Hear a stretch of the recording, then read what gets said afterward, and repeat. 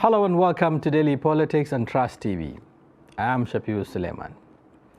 Despite heavy knocks from opposition and critics of the performance of the present administration, the federal government says the President Muhammadu Buhari-led administration is leaving behind a solid legacy of revamped security, social investment, self-sufficiency in staples and property, among others.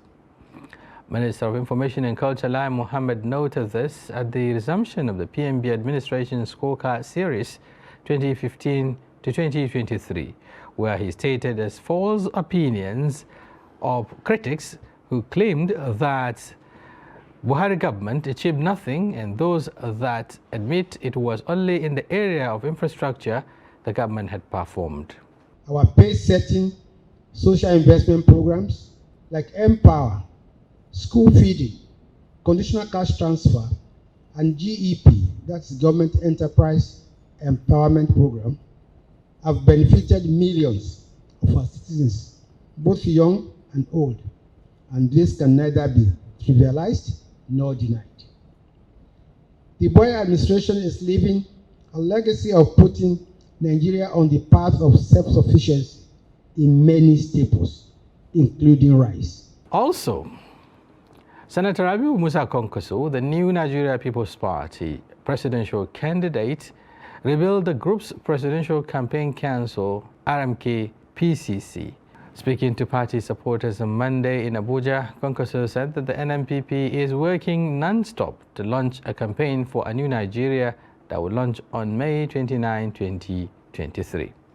Take a look at this report. Our political movement, both the TNM, Kwankwasia, and the NNPP levels, is driven by committed and dedicated volunteers who invest their resources, time, and energy, bearing in mind that Nigeria's economy is in tatters and income levels are shrinking and the purchasing power is weakening by the hour. We made it a duty that the few convoy that we have, we visit the people. By that, we were able to assess and see the ecstasy of young men and women who show interest, who show love for this great party. We're now joined in the studio by Dr. Farouk Bibi Farouk, a member of the NNPP, who will be giving us insights on the inauguration of the campaign council, among others. He's also the director, planning, research, and strategy of the NNPP Presidential Campaign Council. Thank you for joining us, Farouk Bibi Farouk. Thank you. You're welcome. Right. Okay. Some say it is better late than never. Few weeks to the presidential election, precisely on the 25th of February. That is next month.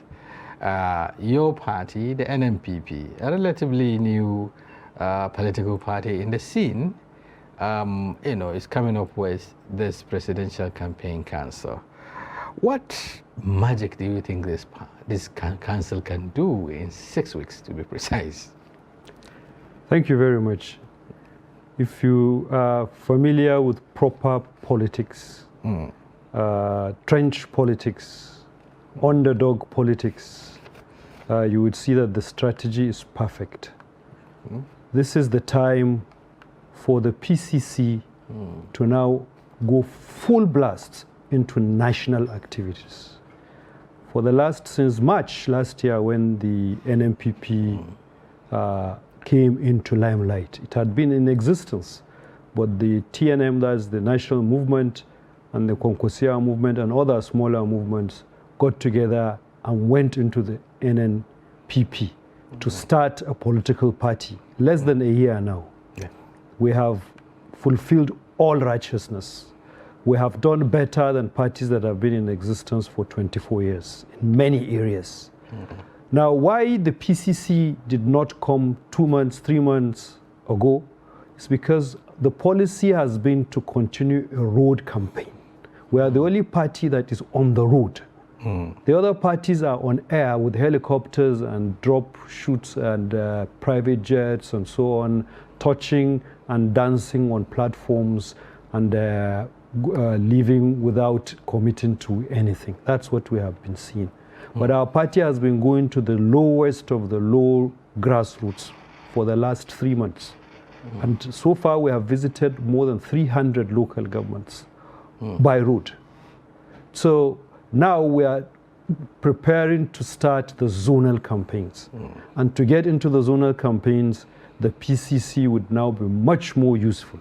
What we have relied on has been the community campaign groups, which are will be the offshoot of our community orientation and participation committees, which is in our manifesto, in our blueprint, which is a committee that we intend to set up in every ward of the country and involve people both in our party and outside the party who would be able to remove this alienation of the people from governance.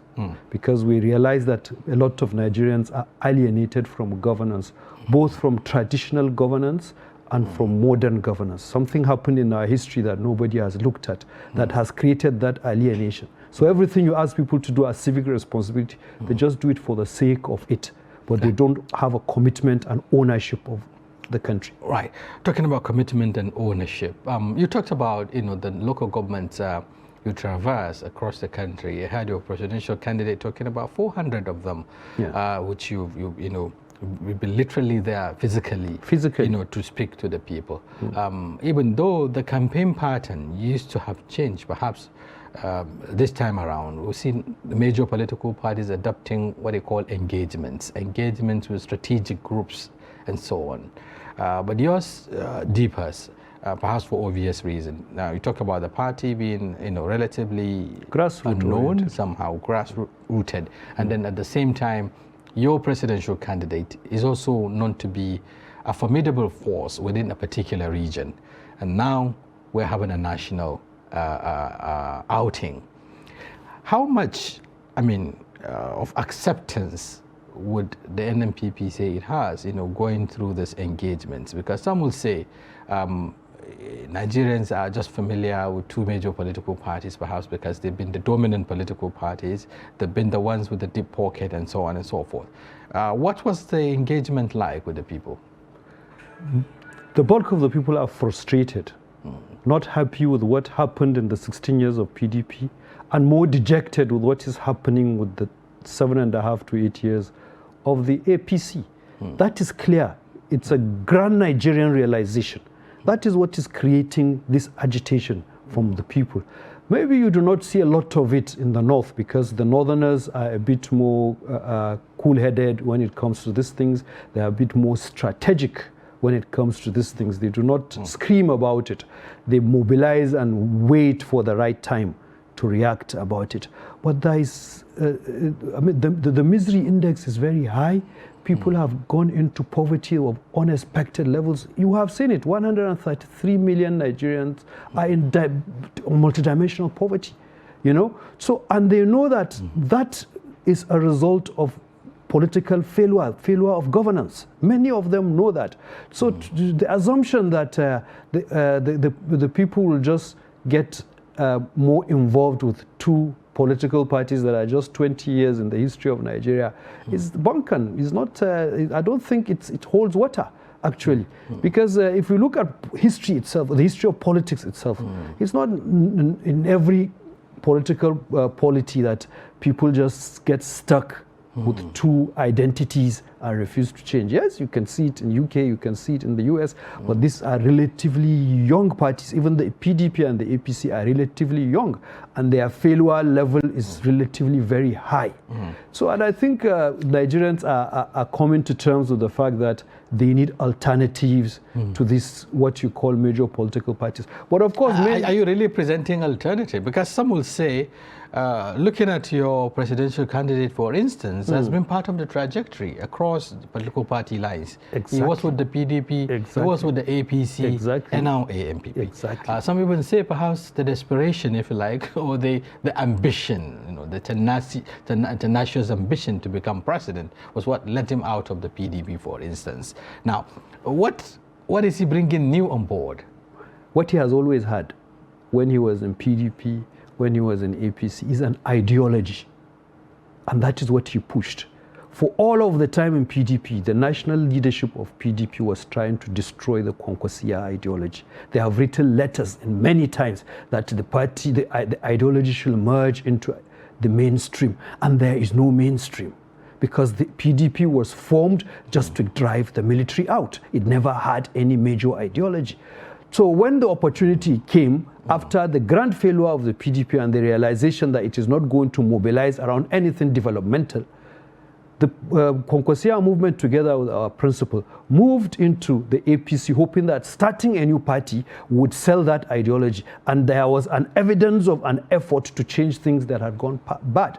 But in our first year after governance with the APC, we realized that it was a total mistake. And everybody who has been in the APC with hopes... Was it really a mistake? It was a mistake. You were not carried along? No. It was a mistake. Because if you are carried along, it means your ideology will be carried along. Now tell me what the APC has done about education, which is the grand master of our beliefs in our ideology. Zero, nothing.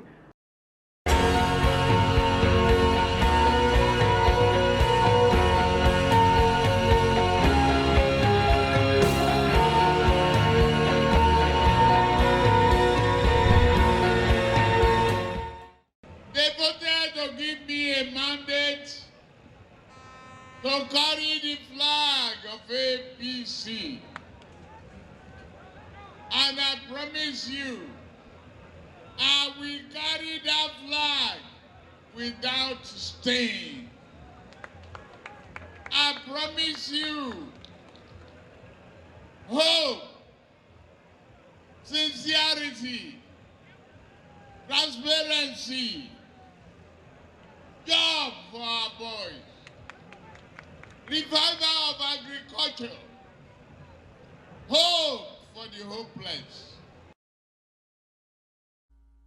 We owe them only the confidence of the challenge of today, tomorrow, and day after. That was APC presidential hopeful Asuwaju Bola Ahmed Tinubu. And in the studio tonight, we are joined by former National Secretary of the All Progressive Congress, APC, a member of the Presidential Campaign Council of the party, and a member of the Independent Campaign Council of the ruling party, architect Waziri Bulama, as we discuss the chances of the APC as it moves to strengthen its support base in the Northeast, among other issues. Welcome to the program. Thank you very much, Malam Hamza. Yes, you've seen it all. Yes. The happenings today. Yes. Well, the first one, from Abuja here. Yes. The Minister of Information said elections will definitely hold. Do you really agree with what he said, or you are with INEC? Now, it cannot be an official INEC position. Yeah. That threats exist to the extent that elections may not take place could not have been an official statement from INEC. Well, he heads the Election Institute, and he represented the INEC chairman. Well, for me, I think at the moment there is no such security threat that can prevent elections from taking place. The threat could be, let's say, in the form of access to the polling unit in certain, in the country. Because over the last, 7 years or so, the federal government has succeeded in degrading organized crime, in this country.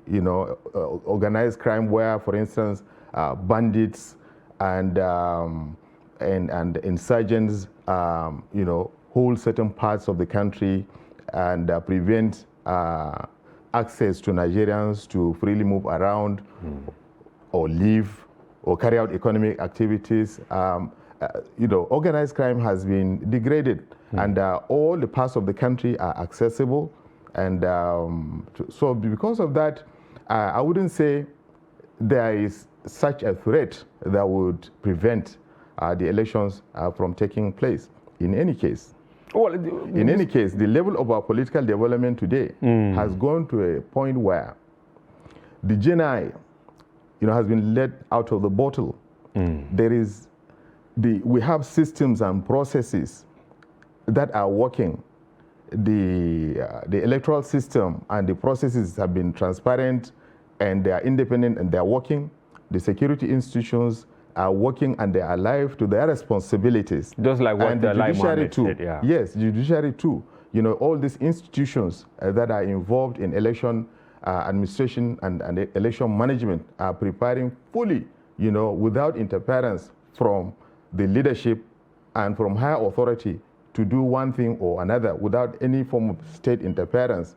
They are working on their own. So, but I think the fair architect, yes, stems from the attacks on INEC, symbols like their, offices, attacks on police, especially in the southeast. Yes. And you are from Borno? Yes. Will you now say that election will hold in Krenwa, that is in Marte, or in Kalabalge? Is it really free, or you think certain things must be done? Of course, the governor said 90% of Borno is secured. Yes. Quite a few days ago. The citizens, where citizens wherever citizens live, like displaced people who are living in camps, people of these communities are known, their identities are known, they have their own register, and access will be, materials and all the arrangements will be taken to where they live for the elections to take place, especially as far as Borno is concerned. We had this experience in 3 previous elections, 2011, and particularly 2015 and 2019, where elections were held in camps, in those areas where the citizens of, let's say, Kerenoa or Marte, lived, or where, citizens from near the Goza Rock, So all these Mandara, people were afforded the right to, vote, cast their votes and get, their votes counted. And in the case of the Southeast, of course, there is a great deal of tension and resistance from non-state actors. People who are against the establishment itself. Such people, of course, as we had during the Boko Haram days, that Boko Haram, insurgents burned schools and public institutions and so on. Similar things are happening in some parts of the Southeast, but I am sure this problem will be overcome, because we have people who are in favor of holding the elections in all these states. There are people who are running for Senate, House of Assembly, the presidency, and all that. And all these people want to ensure that elections take place. They will cooperate with the security agencies to minimize threat to the elections because of their own self-interest, as well as, so because of this... Which is really an indictment, because we will go to institutionalizing democracy later. Well, I think, why can't they, actually surmount some of these challenges? And closely related to this, people believe that maybe holding elections in camps is actually a recipe for rigging, because you see a turnout of 95%. And when you compare with maybe wards where people actually go out to vote, it's less than 50%. But the room for self-help and for rigging, has been narrowed, especially, you see, with this... beavers, as well as the, registration, cards and the beavers and the verification processes. So the room for self-help has been narrowed, and to that extent, wherever people live, I believe that elections, free and fair elections will take place. And also, of course, the fact that these parties, all have candidates, and they have agents who are watching over these elections, international monitors, and the proactive nature of INEC officials as well as the security agencies in ensuring that they carry out the instruction given to them by their leadership. Professor Mahmoud Yakubu, a couple of months ago, said that they will be guided by their own conscience, their place in the eyes of God, and what the Constitution says of, requires of them. And the president said that his desire is to ensure that free and fair elections take place. So with all these things coming together, I believe that whether it's in camps or in any population area or location, I have the strong belief that elections will take place. Okay, so you're on the same page with Lai Mohammed and by extension the federal government. I am very confident that we have got to a point in the democratic development in this country where the room for self-help, has been narrowed substantially.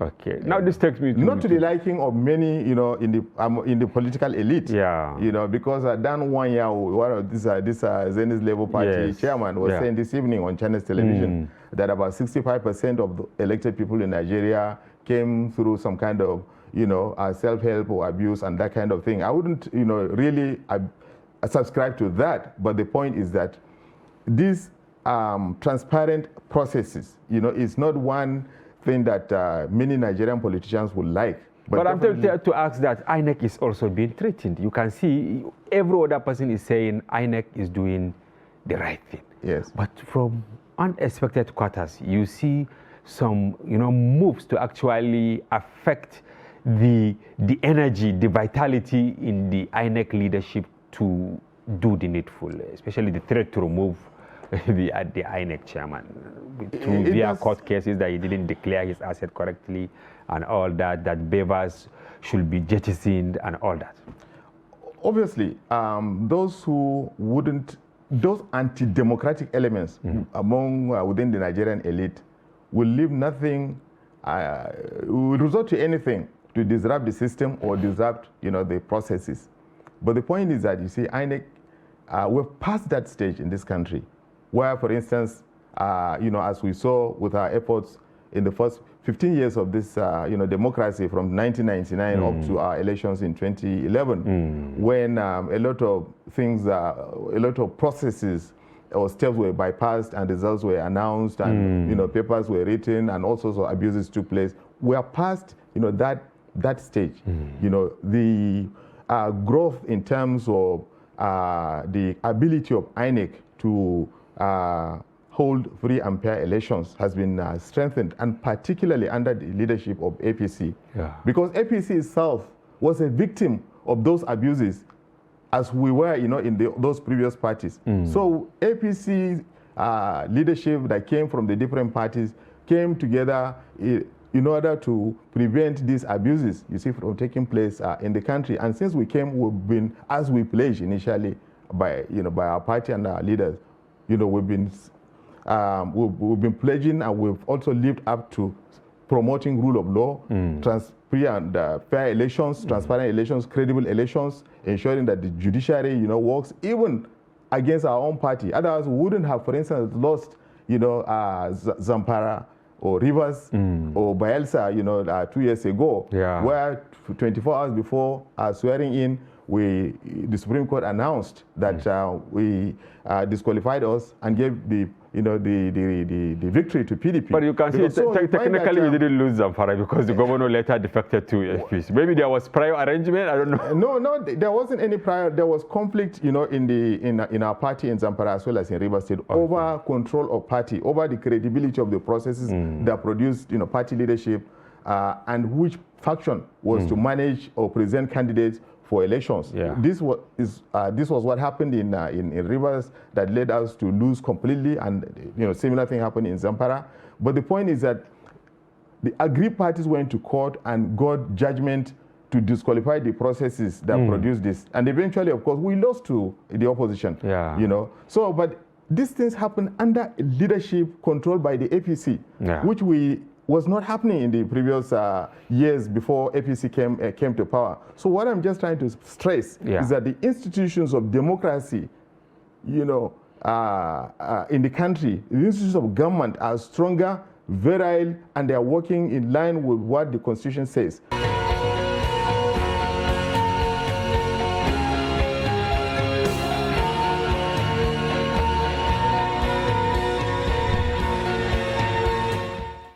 have in the studio Kunle Adeni. He is a public commentator and a policy analyst. Mr. Kunle, compliments of the season and welcome to the program. Thank you very much. We are also joined virtually by the Executive Director of the Resource Center for Human Rights and Civic Education, Ibrahim Zikirullah. And then finally, we are also joined via phone by the spokesperson of ICPC, Azuka Ogogwa. Welcome to the program. Thank you very much. Good evening. Yes, we are really happy having you. Thank you. Yes, of course, we have so many issues to discuss, but I will jump the tidbits and go straight to ICPC. Azuka, I want to hear your thoughts. What actually prompted this transparency index initiative by the ICPC? Thank you very much once again. I think you have done a very good work of introducing the topic. And I just want to add that part of our mandate is corruption prevention. Yeah. When we do our work, what we do is to look at systems, processes and procedures of MDAs to find out if there are gaps and loopholes that will allow corruption to occur, and then to suggest and recommend to the government remediation measures. Now, this is just our normal activity, and we do that based on existing policies, rules, directives, circulars of government, which are already put in place to combat corruption. In combating corruption, you cannot reinvent the wheel. Yeah. If government already says you don't do this, are people complying? That is where we usually fall short. There's usually a gap between the rules and the compliance. Yes. So in 2016, we started the first pilot project of this. We used 20 MDAs, assessed them to look at how their system was. That gave us an indication of what to expect. And then we went ahead to fully deploy in 2019. Okay. So what we do is, this is a study where we are looking at the compliance of these MDAs with values. Their values, they are stated, with their mission and vision, to see whether they are complying with what government expects, what government has put in place, what we in ICPC we call, there's a word I'm looking for here. Yeah. What government we call already existing structures to prevent corruption. Yes. Now, it's not enough to pay lip service to their existence, but to be sure that they are being implemented. That is why we went ahead with this study. And I saw that yes, Azuka, I saw you listed ethics, integrity, statutes, standards, policies, directives, and regulations as some of the parameters that you use in judging them. Did you ask them to actually provide you with some of their documents to allow you check what they were doing? Okay, see, what we do is this. We go through their documents. It's a very detailed exercise. We sit down with them, with a focal officer, go through their documents one by one. Okay. They have to provide evidence. It's not just saying they do it. Yeah. They have to provide evidence and documents to show what they have, what they are not doing, what they're doing, and then we score what they have. They can't make it up. because you can't invent what is not there. Yes. So we now check, first of all, what you say you have. Then there is the informal check. What actually exists? Do staff even know that you have these things you say you have? Yeah. Okay, and then by the time you put that together, what you say you have and what staff know of the situation, you're able to come up with what exists. Yeah. This is not done at the back of the agencies. We do it in collaboration with the agencies. Okay, so it's not just a one-sided. It's not just a one-sided thing. You invite them after they provide you with the relevant documents. Yes, we sit with them to go through it, but what they don't know, yes, their score compared to other agencies. So when we sit with them, they know that we are assessing them. They see the loopholes themselves. Okay. And most of the time, they don't contest it. So they already know that this exists. What is a shock to most of them is to see that they have ranked so low. Yes. Compared to other agencies. Okay, since there are parameters that you put many here. Many of them are sitting up, they are working with us, asking us to come and explain to them over and over again, to teach them, to put them through, and help to make some recommendations or support their proposals to government to improve their systems. Wow, this is quite interesting. I will come back to you. I'm now in the studio, and Kule, you have heard what Azuka said. They actually indicted, let me put it mildly, 52 ministries, departments, and agencies as high corruption risk. What is your take on this? 52 in one fell swoop. It's quite disturbing because it's almost looking like if you say 52, then and you know, each of these, I think many of them, they have. How many ministries are left? If it's not almost the entire... there are some agencies, departments, and all that but when you look at this large number, it begs for question as to how many of them really follow due process, how many of them really follow the laid down regulations that they are supposed to abide by, and how many ministries do we even have in the country to start it, where we say that there is still a large chunk of people of these ministries that are not abiding by some of these laid down codes, because every organization has its code of conduct, every organization has its rules, every organization has laws that are guiding it, and some of the and for particularly where you have a democracy and when you are striving for good governance, accountability and transparency, they are one of the guiding principles of every good democracy and good governance in the country. So I think one must also first give it to the ICPC, who has lived up to its mandate, because don't forget that beyond just the EFCC fighting graft, the ICPC also has the responsibility of ensuring that all of the ministries and agencies are also abiding by the code and ethics that guides these ministries. And many have questioned sometimes how much of that does the ICPC do in ensuring that there are checks and balances, even in the way and the manner in which some of these agencies carry out their operations. So I think this is commendable on the part of the ICPC that they have taken this step, and they have observed that in some of these ministries, most of them are not living up to the responsibilities that have been placed on them. Most of them have not been living up to the standard and the bodies that have been placed on them. Now, what do you do to address the situation? And I think it's good that you said that, look, there is a process. You are being watched. You are being watched. You must know that you must have that one-on-one interaction with them. Very good. Because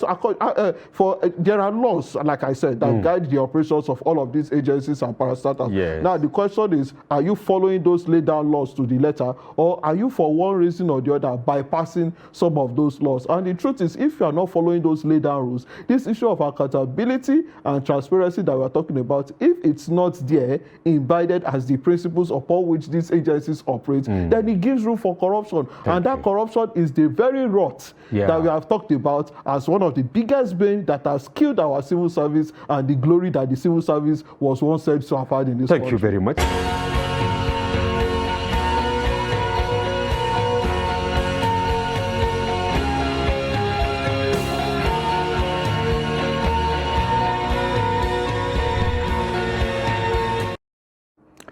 Welcome back. Emmanuel, Atta, welcome to the program. Thank you. I will start with you. Okay. Why Tinubu and why school to school? Not market to market. Okay. Okay. The idea Bola Tinubu school to school is an idea with us because of the decadence in our educational sector. It's actually a campaign and an advocacy platform.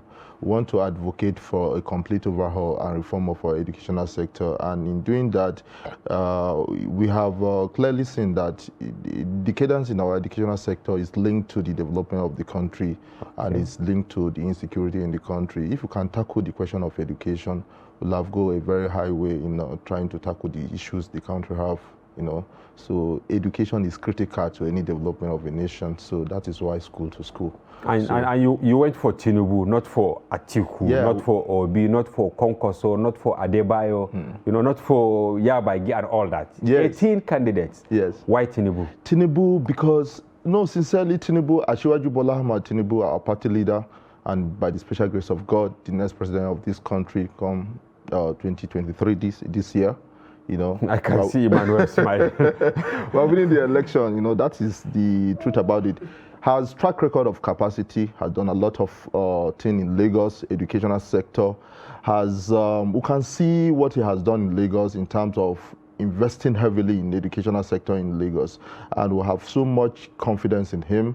He has shown from his track record that he can unify the country, he can provide the necessary leadership for the country, and he's the person to lead us. So that is why Tinubu school to school, we're confident that he's the one that will give us the leadership. I can see Emmanuel looking at you, nodding his head. I don't know whether he's actually in agreement with what you are saying, or it's complete disagreement. No, at the end of the day, you will get to agree with me. It's complete disagreement. Okay, now, before you disagree with him, you are a member of the PDP Presidential Campaign Council, right? Yeah. Strategic. Committee. What are you strategizing? It's basically, we're under, the strategic communication, who is under the leadership of Dele Momodu. Okay. So I'm a member of that committee. Okay. Yeah. What are you strategizing?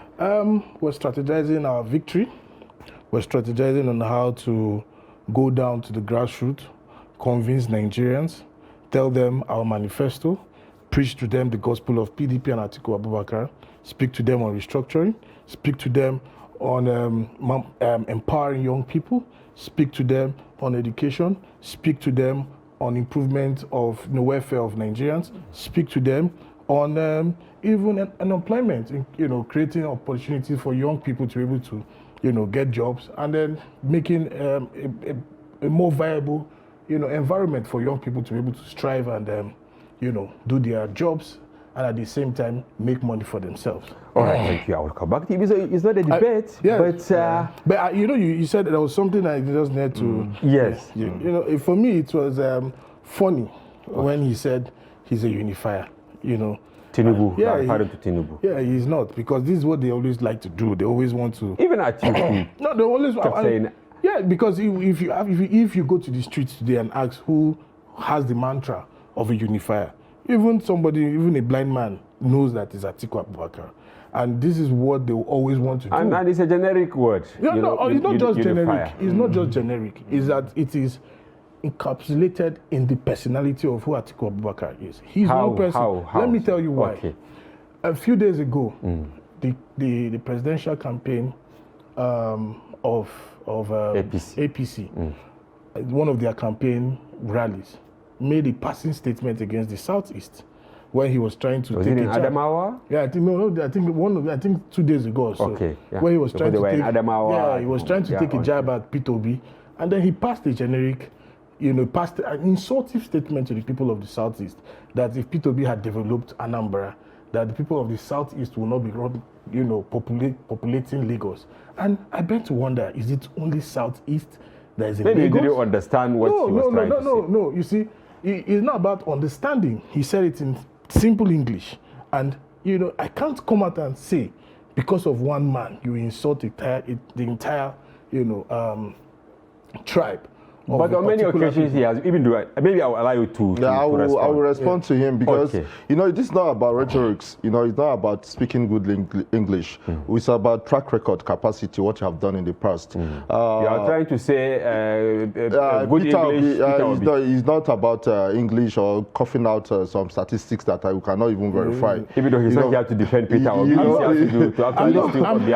I'm saying you can take a jab at Peter Obi without insulting the entire track. That's what I'm saying. My brother, and that was condescending from the presidential Leadership is about your track record. Yes. And your ability to plant your vision on your followers. From antecedents of Asiwaju, we have seen what he has done. You are from the Anambra State. Your brother was a commissioner in Lagos. Can you tell me confidently how many commissioners or Peter Obi from Anambra, how many other regions of the country did he take his represented? Were represented. So this is practicality. So now we're not talking about English language. Is a small state. I get it. And you have seen Lagos. Yeah. In Lagos, they don't want to know where you come from. You go to Lagos, how someone will go to Lagos and thrive. Dangote Ekanoma is building the largest refinery, has built the largest refinery in the whole of West Africa or Africa in Lagos. Please, 90% of his business is in Lagos. If governors in Lagos have not provided those conducive environment for you, will they thrive in Lagos? Okay, and you can point other regions of the country that people have invested heavily in Lagos. And as I said, it's not a debate. Yes, I'm not here, first and foremost, to speak for Peter Obi. He's not a member of my political party. Exactly. So when a Labour Party member comes, you can direct that question to him. Exactly. Then secondly, can we stop this generalization of Tinubu built Lagos? He did not. And I have every evidence to prove that. You need to go back in the 60s and look at how Lagos was. In fact, as a matter of fact, I challenge him here to mention three bridges that Tinubu constructed from 1999 to 2003. Every time you hear them speak, oh, Lagos, they like taking the glory of his predecessors, either from Fashola, what's the other one, the one that left, last in 20... Akinwumi Ambode, or even the current governor. They like taking their... But even the one that even presides Tinubu... He brought the blueprint. Let me tell you, what blueprint? Let me tell you, there's no Lagosian today that can tell me, Jakonde, the Lagos that you're talking about today, the modern Lagos today, know what Jakonde did alone in the housing estate in Lagos. Tinubu did not even come one third. You can ask Lagosians. You can go to Lagos. Okay. So this is not. I don't want us to bring. Yeah. This is about what our presidential candidate. Exactly. So I will ask you the next question. Of course, this advocacy you are doing. Yeah. Is it out of conviction because you are youth? We are discussing youth. Yes. Youths are watching us. Yes. Is it out of conviction or you are expecting a reward? No, everything I'm doing for Bola Tinubu School to School is out of conviction because I'm a beneficiary. I attended an LEA school, a primary school, and I happened to be one of the pioneer students in School for the Gifted, Gwagwalada. That was a public school established by the late General Sani Abacha. So, and this is the public school that gave me the foundation I'm enjoying today, the confidence, the foundation I'm enjoying today, the capacity was built from day one from public schools. Where are those? The question I continue to ask is that, where are those our public schools today? Yes, what happened to them? What happened to them? So, and I have checked the antecedents of Asiwaju in Lagos. His investment in public education, his investment heavily in in terms of infrastructure, in terms of empowerment of schools and things like that in Lagos. And we strongly feel that he's the one to provide this leadership to rebuild and revamp our public education. And that is why we were supporting him through this Bola Tinubu School to School. Okay, so I will allow you to respond. But before then, I want to ask, what are you really telling these young people? I'm sure you're approaching your students in maybe higher secondary school, institutions, yes, and then higher institutions like polytechnics, yes, universities, colleges of education. Yes. What are you telling them? Yes, we are telling them that we have our candidate has a manifesto, and we have gone through this manifesto critically, and our candidate has spelled out what he intends to do with when he becomes the president of Nigeria comes February, after the election, come February 2023. You know, he has a clear-cut vision as to what he wants to do in the educational sector, and we can easily link this to his antecedents in terms of investing heavily in infrastructure, in terms of investing heavily in human capacity development, that is lecturers, teachers for our schools, and in terms of even engaging the community where these schools reside to be active participants in the future of our educational sector.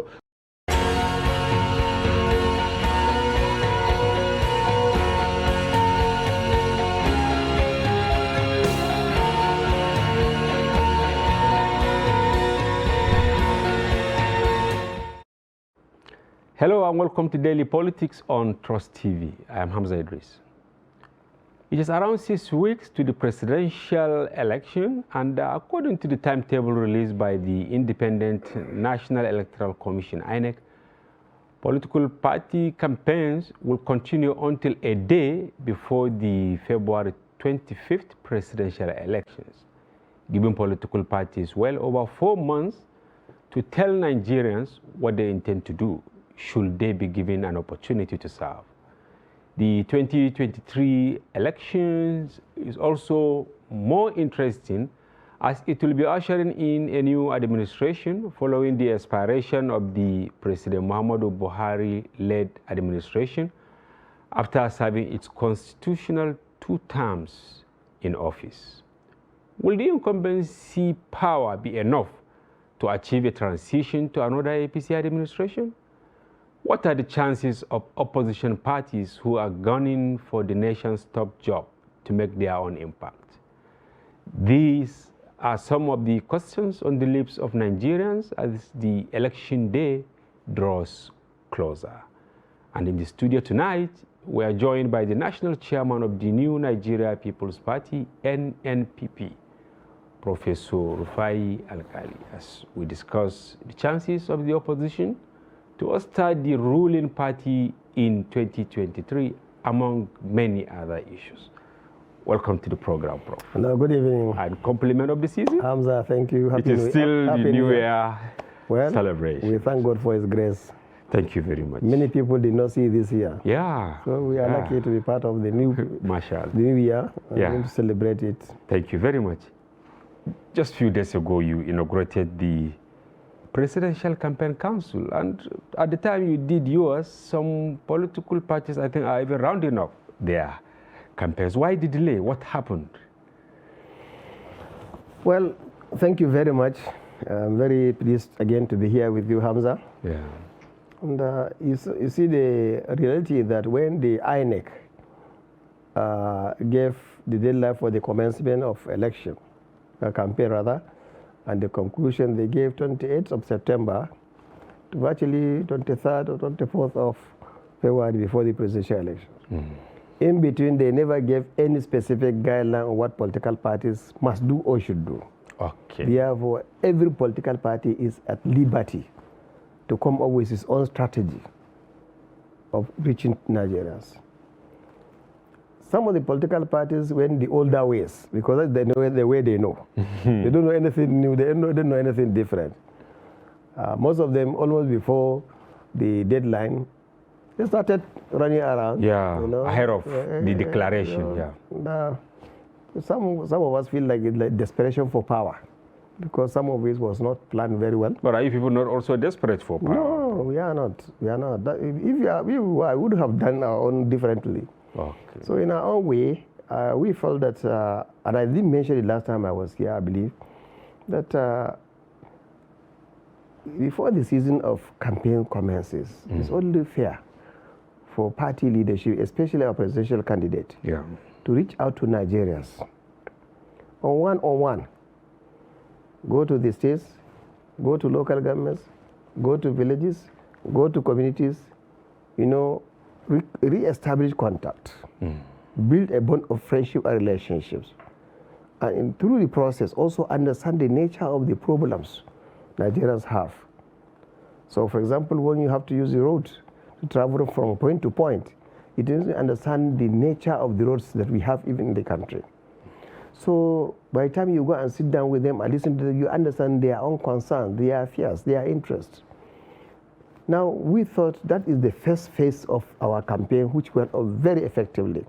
And I want to report to you, as yesterday, when we formally launched the campaign council, our leader and a team of our leaders also went around this country, virtually all the 36 states of the Federation, maybe except 1 or 2. And they cover virtually most of the local government, except a few. Now, this one we face is a very important phase because now we have established a relationship with Nigerians in a very clear and robust way. And by the time now you start the formality of the campaign, you know, already wherever you go, you are not a new person anymore because they have known you, they have seen you, they have heard you, and you have heard them. And it's very important because if you want to hit the ground running after becoming the president of the country, you don't have to sit down and begin to say, what is happening in this place, what do they need? Because already you have spoken to them, they have spoken to you. So I think it was very effective, very unprecedented in the history of Nigeria. And it's not late, the launching. The issue of late is, the word late comes only if, for example, there was a deadline for anything. There was no deadline. So are you on the same page with the National Campaign Secretary of your party, Fola Shide Aliyu, who described the inauguration of the party's presidential campaign as mere formality because everyone knows the letters have been given out? Maybe is it because of the people? Because people have been complaining that, okay, Labour Party, they launched theirs, PDP. No, but you see, we are competing with ourselves. We are not competing with anybody. Okay. Remember, even when we came to do our manifesto, the blueprint, many people were saying, NNPP are quiet, NNPP was silent. But by the time we came with a big bang, everybody was quiet. Even then, there were other leaders campaigning for Nigerian presidency. They did not have the blueprint at that time.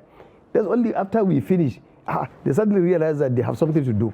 Then they woke up and they started, well, I don't want to say with all set of responsibility, cloning some of the works we have done.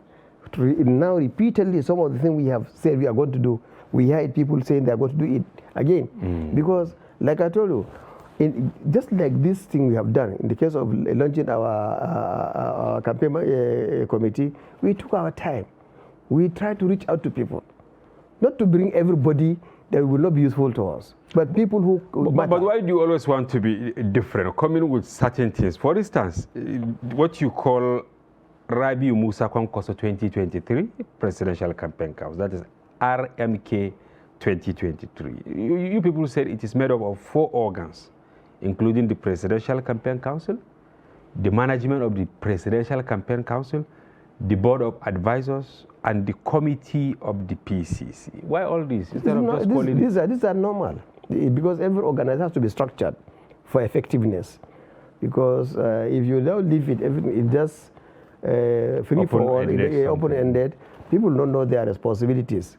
And then in the end, you find that a few people will be doing more work, while others will not know what work to do. But when you clearly define these responsibilities, everybody, yesterday after we learned the PCC, we did not leave, Senator Rabi Musa Kwankwaso did not leave the venue. He sat there, make sure that all the committees sat down, know each other, discuss with each other, establish relationship, know their work, know their assignment before they left. So it wasn't mere ceremonial thing? No, because the issue, like I said, that we are very serious people. We don't do it the way other people are doing it. Because for us, every time, every minute is important for Nigerians. We don't want to do things that will look as if we are not thoughtful of the condition Nigerians are living in. Yeah. So that's why everybody that's brought there is brought to a committee that will be useful, where he has his own strength, his own knowledge, his own background. And so far, it's been very good. Since we finished the launching, I've received many calls. I say, how did you come about with this? You say, well, this is our own way. Not their own way, our own way. Have a think tank of sorts who actually sit to come up with some of these ideas. There must be always strategic planning for everything in politics. Yeah. Yes. Of course, we have 18 presidential candidates. And with all sense of responsibility, we invite presidential candidates here without prejudice to any. But, you know, as the clock, you know, moves on, people are narrowing to 4 candidates. They call Tinubu, they call Atiku, they call Obi, and they call Konkoso. But among these 4, people are saying your candidate is the least popular. I'm not saying it. It's just going by some of the narratives out there. How do you respond to this? But I'm hearing for the first time from you. Sure, Prof? Yes. Prof? Yes, because it's your choice of words. I can't deny you. Because how do people arrive at a PDP is ahead, or APC is ahead, or another party is ahead, and the NNPP? What is the categorization? What is the basis for that? Okay, this is the latest report that we got. They call it Nationwide Popularity Poll. It puts Atiku in clear lead. And yeah, with 42%, Tinubu 30%, Peter Obi 21%, and Konkoso 7%. And they said the polls, you know, was based on responses from over 1 million respondents, randomly selected from 217,000 polling stations across the length and breadth of Nigeria. Sir, you know, although I'm a political scientist, I also did political economy. Okay. I'm not afraid of numbers. You're not afraid of numbers? Yes. What I'm saying here is that anybody can sit down and do polls and come up with results. Remember, the first poll that was announced in this country was even before INEC gave the parties green light to start campaigning. Even before presidential candidates started going out throughout the country. We are talking about almost 4 months ago. Yeah. Already before then, a group of people sat down there, and by the time we trace the people who did it, they were directly related to the candidate. They gave that, you know, a larger mark than others. So these two, with all sense of responsibility, we don't know who they are, we don't know what they are, we don't know who commissioned them, we don't know what purpose they are serving. Yeah. So, but what we also know is that beyond the figures, you have to understand the minds of Nigerians. Are Nigeria prepared to continue with what is happening today in this country? Beyond these figures that you're talking about. Well, the figures you can see, it didn't favor APC, it favored PDP. Same difference, same difference. The issue here is that if it is, they don't favor the ruling party, if they favor the PDP, are not people leaving PDP every day and coming to NNPP every day? Wow. People are coming to us every day. So what is happening is somebody can sit down and choreograph some figures and use the advantage of the media, splash it to the system, confuse That Nigeria. is why we always bring people like you to actually interrogate some of this. Because I think the one you were referring to was the NOI poll, which wasn't actually the first or the second. I think it was, look at it here, ANA Foundations, headed by Atedo Peterside. You know, they have conducted this almost 2 times, and NOI is actually a credible poll research. Why do you call it credible? They have done it even in the US. So what is the impact of those polls? Does it, when did you go to the polling unit that you're talking about, the average Nigerian, does he know the meaning of polls? But sometimes, you know, they sway opinion, like it does some now, climes. because it's elitist. I'm not dismissing it. Okay. But if it's done scientifically, you know, objectively, we will not arrive at this kind of results.